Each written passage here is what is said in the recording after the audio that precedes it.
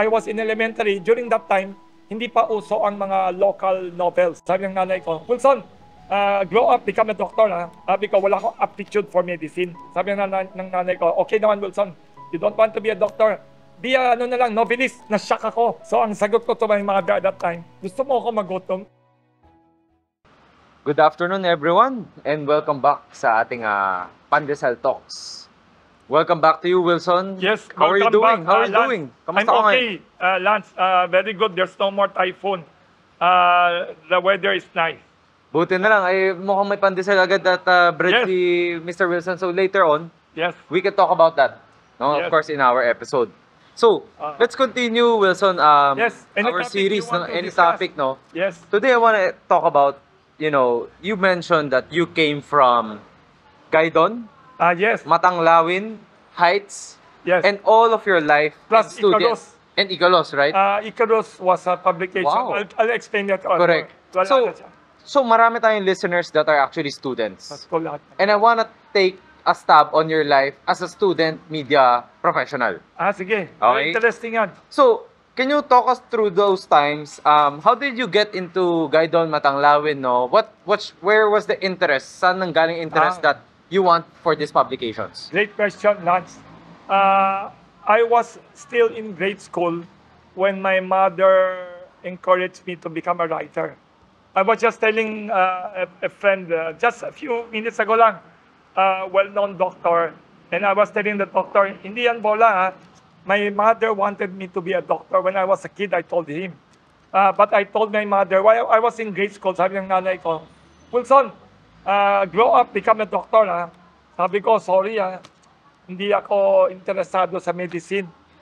It's a great profession, it's a respectable vocation, it's a prestigious line of work, pero wala akong interest. Wala akong exact words ko as a kid, because wala akong aptitude for medicine. So, sabi ng nanay ko, okay naman Wilson, you don't want to be a doctor, be a novelist. Na-shock ako. I was in elementary. During that time, hindi pa uso ang mga local novels. Nowadays, I heard there are some people in the Philippines who can somehow exist or even live full-time writing fiction. I heard. I don't know if that's the only thing they do. But during my time, I'm older than you. During my time when I was a kid, I already was conscious na hindi ka mabubuhay purely by writing short stories or novels. Correct. So ang sagot ko to my mother at that time, gusto mo ako magutom? Exact words, do you want me to starve to death? Nagulat nanay ko, sabi niya, why? My answer as a grade school kid, sabi ko sa nanay ko, the Philippines, unfortunately, our leaders for generations, hindi leaders pa ngayon, did not encourage reading. There's something wrong with our educational system, our culture. Okay. Our leaders do not encourage reading. So, reading is not a big thing in the Philippines. Okay. You don't have many books everywhere except libraries and schools. Do you think in Ateneo, yes, as an organization, does it promote reading? I think Ateneo, compared to other schools, promote reading more. Humanities. Yes, kasi Ateneo run by Jesuit priests, mas magaling magsulat and magbasa. Ganun ba yan? Mas bolero. Ateneo graduates are known to be more literary, more eloquent, more bolero. Okay. That doesn't mean mas patalino, pero mas magaling mag-express ourselves. The national hero is from Ateneo and he wrote two of the most famous novels in the Philippines. Of course. To continue, I told my mother, we in the Philippines, we are not like China, we are not like US, we are not like Europe. What do I mean? In Europe, USA, or China, there are people out there whose full-time job talaga Monday to Saturday is writing fiction. And you can exist. Look at the three-body problem, alam mo yun? Yeah, The famous science fiction. Of course. It's science fiction written in China. It has many millions of readers. When it was translated into English, do you know how many books it sold in the English version? 8 million copies. Wow. You can live. pag ganyan ka, you can be rich, you can, kahit na you don't have to be rich, you can exist. Pero in the Philippines, I told my mother, you have to be a full-time professor, full-time journalist, editor, or advertising person, and on the side, write fiction. So, as a compromise to make my mother happy, I tried to attempt to write somewhere, somehow. So I started in Grace Christian High School. I keep on writing and writing sa school paper. And also, I used to write to letters to the editors, to Manila Bulletin, to Panorama Magazine. This is while you were a student?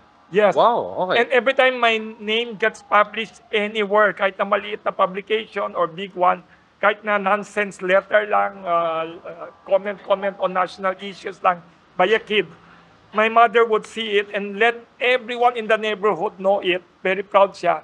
Would let all her colleagues in school, she was a teacher, would even Xerox it and send it abroad to different relatives na proud siya. And ako naman, as a writer, when you see your name printed, ma-addict ka. Masarap yung feeling. Ma-addict ka.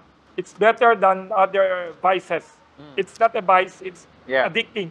It's coming from Grace. Yes. Then you went to Ateneo. I became features editor of Grace Journal. Wow. I enjoyed writing and then, nung nag-college ka na, were those organizations there already? Or ikaw rin yung nag-found nun? The guy doon is the college newspaper of Ateneo. It has been there since 1940s pa yata. Wow. Or 1930s. Of course, since 38 ka pa lang, nandun na yun. Right? Kasi, ito, the first editor-in-chief of the guy doon, si Manuel Colaico. Okay. That's why there used to be a Colaico Hall. Wala na. Oh, yes, it is there. Colaico, it's now called a Colaico Pavilion. Nawala na. It used to be a building. Oh, Colaico Hall. Oh. Somebody donated money, si MVP yata, so the place became something else na. Naging Colaico Pavilion. He was the first editor-in-chief of Gaidon. He died as a World War II hero. Wow. Killed because of the Japanese invasion. Wow. He died at 1945. So that paper must have been there before World War II pa. So I joined that paper, first year pa lang ako. Okay. I became a member, staff member, rose from the ranks, became editor and columnist of Gaidon sa Ateneo. And because I love writing also in all languages, I also wrote in Filipino language. Which is in Matanglawin. Matanglawin newspaper. I wrote regularly feature articles and regularly Tagalog poems. Okay. And then I also used to write for Heights Literary Journal. Yep. That is the literary journal of Ateneo, Heights. I not only wrote poetry and essays for Heights, I also drew sketches published in Heights. Wow. And then after that, I also wrote for Icarus Journal. Icarus, wala na siya ngayon. It used to be the journal of the Political Society of Ateneo. There were mga students in Ateneo before na political science majors. Actually, meron pa rin. Still? Meron pa rin, but it's a different name na. Different na pol sci department na siya. Iba na siya. It used to be called PSA, Political Society of Ateneo, and they used to have a journal, Icarus. Okay. And I wasn't content when I was in college. When I was in college, I started writing na for the major newspapers. And one newspaper invited me to write a column. Wow. And the other papers, I was writing every week. When I was in college, I enjoyed writing. What, going back to your student days, can you give us one story that you broke? Any story that until today, you remember, a story, a poem, any article that you wrote, that you remember till today? When I was in college, I remember, I love history. I love history and I love studying the story of entrepreneurs and business people. So I combined the interests of both. So I wrote a very long essay. The very long essay was about pre-war entrepreneurs in the Philippines. Anybody prominent before World War II started. So all those famous entrepreneurs before. I wrote a very long essay. I sent it to a prestigious paper at that time called Manila Chronicle. Yep. I remember I sent it to Lorna, I sent it to someone, and someone there sent it to the business editor. Right. The business editor's name became later on very famous, Rigoberto Tiglao. Oh, wow. He became the press secretary and presidential management staff secretary of former President Gloria Arroyo. And he became an award-winning journalist, foreign correspondent, president of the Foreign Correspondents Association of the Philippines, and now a well-known columnist of Manila Times and book author. He used to be my editor. The first essay that came out, it was a very long column. The column was very interesting, and I met the publisher of that newspaper, Chino Roses, and he and Mr. Tiglao asked me if I could do it Since college pa pala to. College pa. So tinanong ako kung I could write it every week. So I did it every Monday for 2.5 years. That's crazy. For 2.5 years, I did not fail. Ano lang ginagawa ka nun nung college ako? Oo nga, sila ulo ako. No? Every Monday, nagbabasketball lang ako. Sila ulo ako. Tapos di lang yun. I could not forget this. The first essay that came out of Manila Chronicle, a very long essay, was translated by the Chinese Commercial News. They were amazed with that article. Wow. They published it, translated it, and published it on the front page, lower front page of the newspaper. And somebody sent that article to me, and I was so amazed. The old publisher of Chinese Commercial News was able to translate all the names. Grabe. And then every Monday, my column was translated by 2 Chinese papers, Chinese Commercial News and World News, every week. Yep. They asked my permission to publish it every week. For the students that are listening, how did you even research about that topic, Wilson? Very interesting. That's ridiculous. Like pre-war entrepreneurs, where do you even get the source for that? Kasi anong nangyari, nakakatawa. When I was a kid, kasi my father died when I was 7. Very good question. My father died when I was 7, and I'm the son from his second marriage. He had the first wife. Died when he was late 50s already. Then he remarried my mother, who was a widow without kids. So she was 40, he was late 50s. They got married, I was born. My younger sister was born. My father died when I was 7. So I keep hearing stories. My father daw was a businessman in the lumber business. That my grandfather daw was lumber businessman. And I'm very curious about him and his family. So I keep asking old family members about my father. Oh, wow. And whenever I ask about my father, they would tell me stories about my grandfather, great-grandfather, great-great-grandfather. They were prominent in the lumber business now before. I did not inherit kasi I'm from the second family. That's another long story. So basically, you look at the family tree. I keep asking them all these things. And whenever I talk to them, they tell me stories about the milieu. Before World War II, who were the prominent business people, who were the competitors of my grandfather, great-grandfather, who were all the others. Tapos, I became interested in everyone na. Tapos, not only that, my grandfather, great-grandfather, yung competitors nila would have stories about the family stories. So, then I realized one thing when I was writing. At that time, I was writing also for Philippine Star, Philippine Daily Inquirer, and Bulletin regularly. Every week, I would write all sorts of things. Book review, movie review, essays, every week. All kinds of, and Manila Chronicle every week. Ang nakakatawa pa, si Mr. Rigoberto Tiglao magaling. I forgot what title for my first article for him. When I sent it, ginawa niyang magandang title.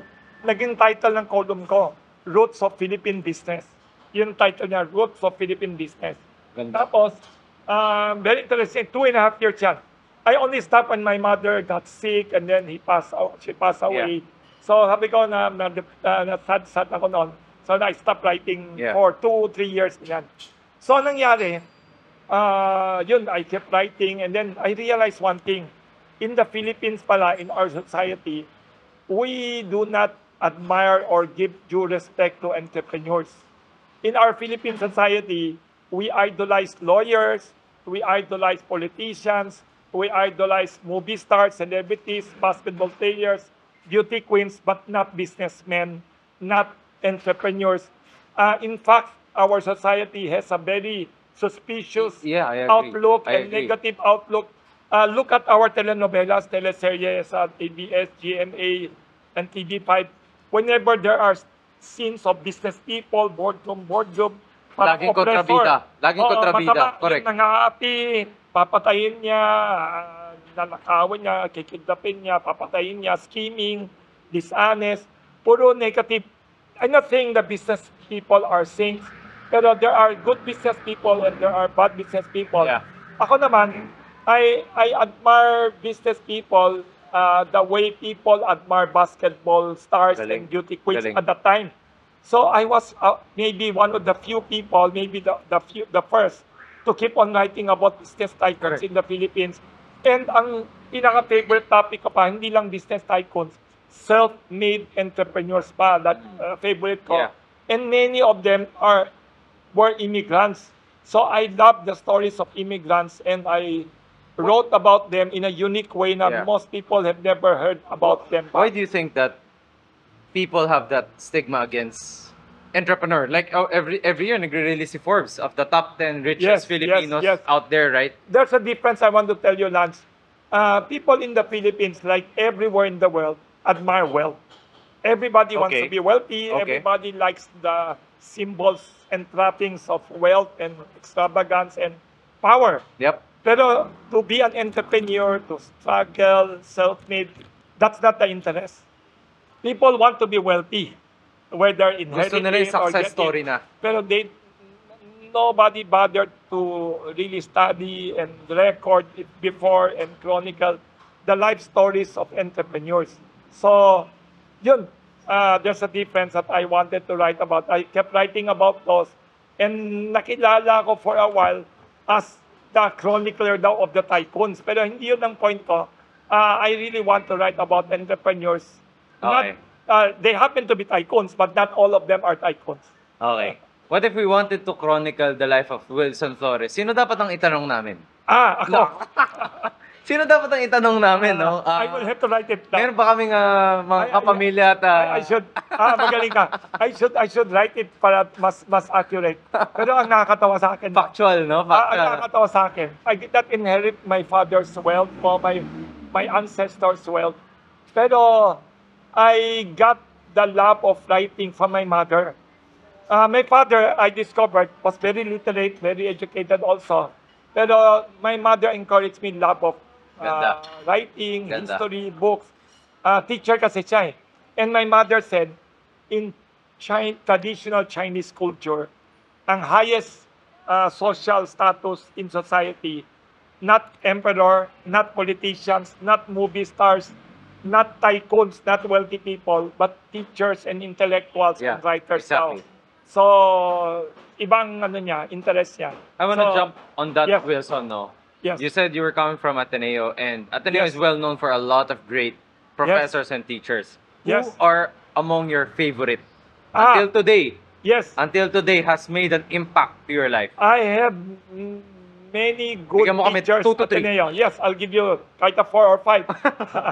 One teacher that I could not forget, na very good, si Professor Eric Torres. Oh. He passed away already. Oh.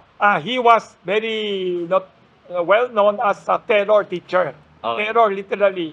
Pero yan ang nagtuturo sa'yo. Yes, Yan and ang he magaling was eh. teacher in the honor section.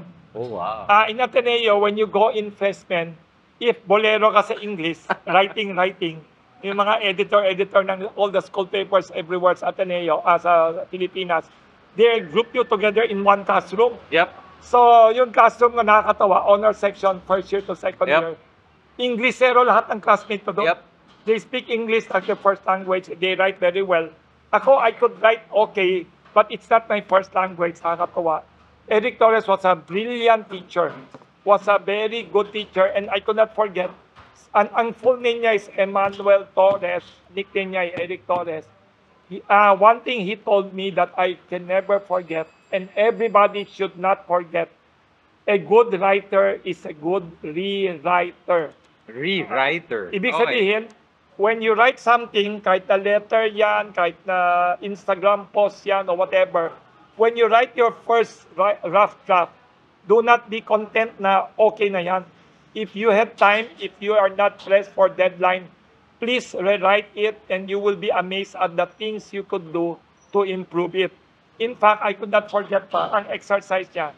Every time may homework kami for essays, when it comes back to him, he does not want just the computer printout of the essay. He wants all your draft. How many draft you have done it? One draft, second draft, third draft. Whether handwritten draft yan or printed. Wow. He wants to see all the draft. Naka-stapler. Oh my God. That's, I think, a very unique experience to illustrate and to drive home the point na you have to have drafts. And ito, I research si Ernest Hemingway na Nobel Prize winning author, yung novel niya na manipis lang, Old Man and the Sea, I think he went through 70 or 50 or 80 drafts, the entire book. At the time, walang Microsoft Word. You don't have Microsoft Word. When you have to rewrite the entire draft, you have to retype everything again. During my time, nakakatawa, you would know how old I am. In the 1980s. Oh, in the 1980s, it was the start of computer pa lang. Not everyone had computer pa at that time. And at that time, I remember, in the early days of computer, when I write the essay, talagang typewriter. You have to type it, the essay. Then if you're mistaken, you have to cross out or do whatever, then type again the whole thing. Yep. So it's not as easy as now. Now you have Microsoft Word. You could rewrite your draft 100 times. You don't need to retype 100 times.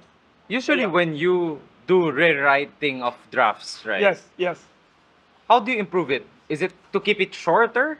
Very good. To keep it more, what's the rule of thumb? Sometimes when you write, you are so exuberant, so excited. Passionate. Correct. You are too wordy, too much.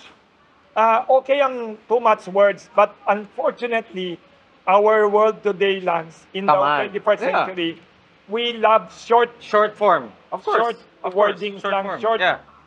So that's one thing.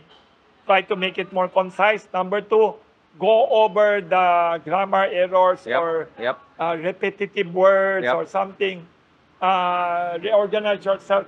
Other teachers, one more teacher I could not forget, hindi ko siya directly teacher, but she was the moderator or advisor of the Gaidon College newspaper, Dr. Doreen Fernandez. She was an amazing... Isn't this the food columnist? She was the very famous, I think the most famous food critic in the Philippines ever, before up to now. Food critic. Nobody beats her pa. Okay. She is incredible. She was the chairman of the communications department of Ateneo. Dr. Doreen Fernandez, amazing columnist of Inquirer. She's the reason I bought Kamuning Bakery Cafe. Do you know why? When I was in college, I used to read about Kamuning Bakery Cafe in her food columns. She would praise it. And I remember I went all the way to Barangay Kamuning to take a look, curious, buy breads, and became a customer. Si Dr. Doreen Fernandez was a very brilliant intellectual, magaling na advisor on writing, and a very humble, nice human being. And then who else could not forget attend teachers? Of course, I have Father Lehif, Father Bartholomew Lehif, a Jesuit priest, teacher siya of medieval European history. Can you imagine? Europe history in the Middle Ages. He made that subject very fascinating. Most people would think, European history. Parang ang layo na. Parang ang layo na. Parang Mars or Pluto. But he made it so interesting. Right. I regret not buying the book. Kasi, alam mo, noon, matipid ako kuripot. There's a practice in college before I went high school. If you know of friends, the same class as you are, they took it earlier, they are wealthier than you, they bought the book, and after using it, they would throw it away, they would keep it at the house. I would say, pahiram, they would just give it to me. I use a second-hand textbook, but that textbook na used by Father Lay, incredible. It's an American book or Europe book in English na not available in the Philippines. Pinaserox pa ni Father Lay sa Ateneo and sold it to people who want to avail of it. Father Lay is one. Another history teacher, Father Leonard. Tapos, ang dami. Mga philosophy teachers ko, very good. Galing. I have Professor Dr. Manny D. still there. Yeah, still there. Very brilliant. In Filipino, philosophy in Filipino. And I have many other teachers. Yeah. I enjoy. Awesome. Wilson, I've always seen you in Yes. social media, in X, in Twitter, right? Yes. Can you give us 3 people to follow Yes. with regards to journalism, media, na up until today, even as great as you are, Not yet. I'm still Diba? learning. Yeah. sinusundan mo pa rin sila and you like to learn from them? 3 people. Anyone in your mind? 3 people. I follow, instead of people, I would suggest you follow publications. Okay. You can follow newspapers that I believe are good quality journalism. The Guardian is one. It's a British newspaper Yep. na may pagka-progressive. What makes it for you nice? What makes it progressive? It's not conservative ang mentality niya. It's progressive. A little bit liberal mentality. Okay. And good journalism. Of course, the usual New York Times, Washington Post are good. South China Morning Post Of course. Hong Kong is Of course. good. Straits Times of Singapore is good. What are the patterns that you see among these publications na bigla mo na lang ma-realize magaling to? Is it the articles that they write or the people that they hire or the advocacies that they have? Both. The 3 of them. The people that they hire are already pre-screened. They're very good. The articles that they tackle and the way they write about them, and also advocacy sila also. Even though they are Western in mentality, we should also try to read the Eastern side. Yep. I also try to look at the balance. But they're good. Excellence in journalism. Yep. They have a minimum standard kasi. Yep. And I enjoy that they tackle so diverse topics. Our media should delve into more diverse topics. Awesome. Thanks, Wilson. No. Yes. So we're shooting this at around August 2024, and Yes. recently it concluded the Olympics. Yes. Right? One of the big events in Paris, diba, 2024. Very And- fascinating. And siguro while we were talking about, media, school, and Yes. whatnot, no, I Yes. saw this tweet, guys, no, I saw this tweet in Twitter, Yes. and they were saying that our national athlete, Yes. EJ Obena, parang feel nila if he is media trained, magaling magsalita sa interviews, right? Yes. And he's always very thoughtful. Wilson, I'd like to get your thoughts in that, right? Do you think all athletes should undergo media training? Very good question. I believe not only all athletes, I believe all people, especially all business people, all people in all industries should have some exposure to how to deal with media. I remember I was invited by GMA7 one time to talk before talents, before mga aspiring actors and actresses. Okay. I remember, Okay. ang topic nila is how to deal with media. How to talk to media, how to deal with media, and I gave them my advices. Very interesting. How to deal with media, how to Why talk. do you think people need to be trained? Is it baka may mabulgar silang Because not some nice, people, or- yeah. some people don't know how to be. There are things you do in public that you cannot do. That you do in private that you cannot do in public. You have to be consistent, be Correct. courteous. Correct. No matter what happens in public, you cannot keep on cursing or magmumuray. You cannot.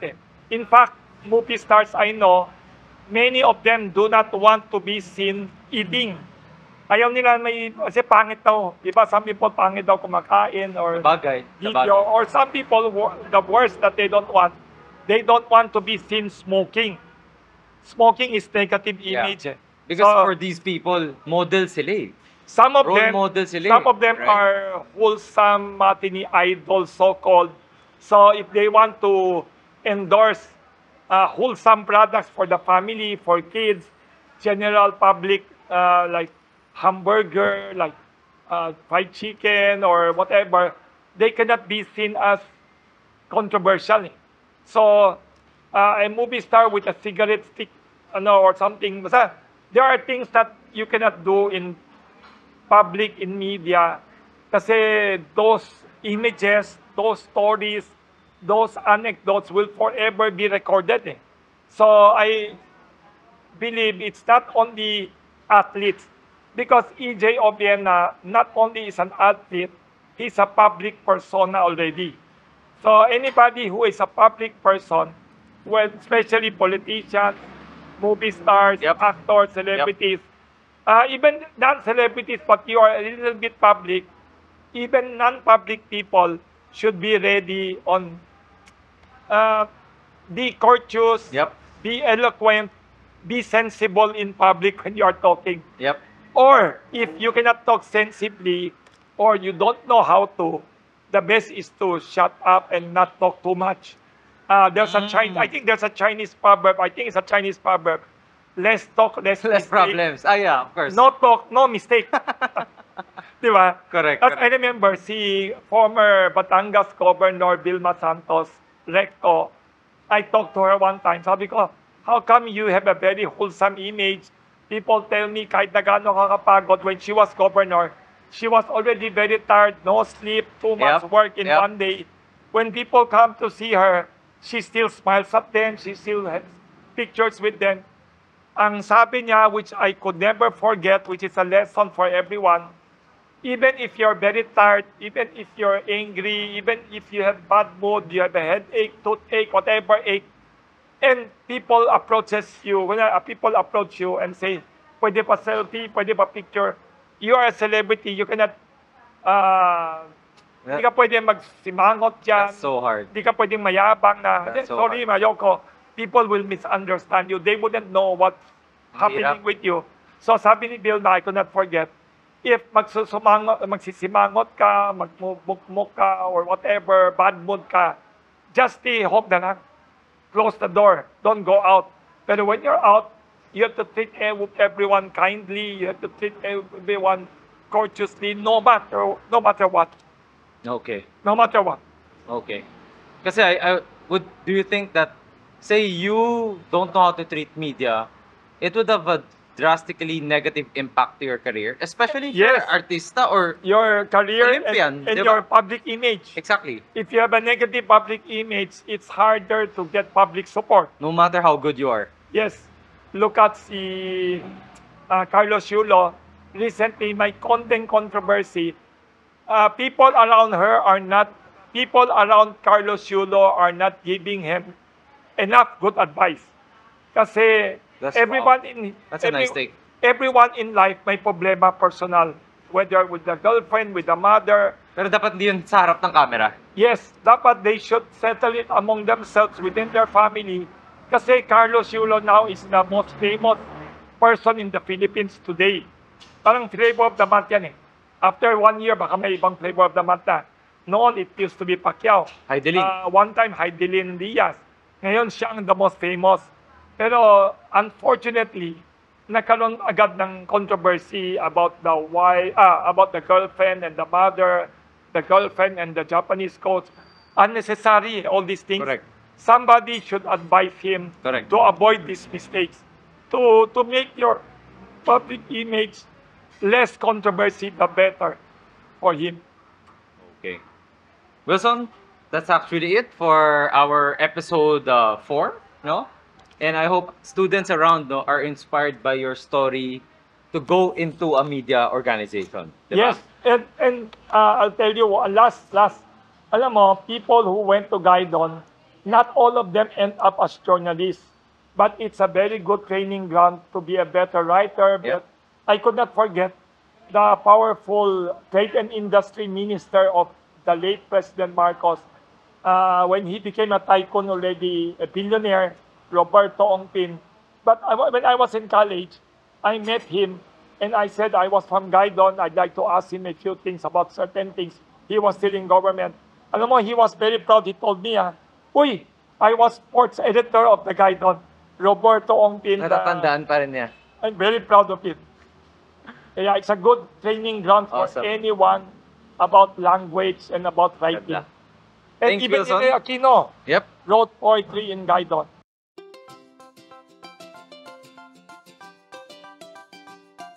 Okay, so mukhang atat-atat na si Wilson to talk about the bread that he is holding today Yes. in our pandesal segment. No? Wilson, Yes. what are we looking at? And ano to, no? This is our innovative tweak on an old bread. Diba, in the Philippines, we have very famous ensaymada. Yep. This is like ensaymada pero different shape. It's called cheesy caramel. Very So both sweet and salty? not too salty, not too sweet. Very nice.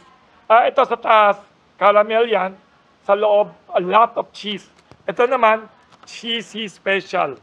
These two are rectangular, bigger versions of our popular best-selling ensaymada. Kaya ba yung one sitting? Maubos ba yan in one sitting? Kaya yan in one sitting, dalawa. Dapat dalawang tao. Just kidding, just Dapat kidding. dalawa. One person, one. Here at 85-year-old Kamuning Bakery Cafe. Alright.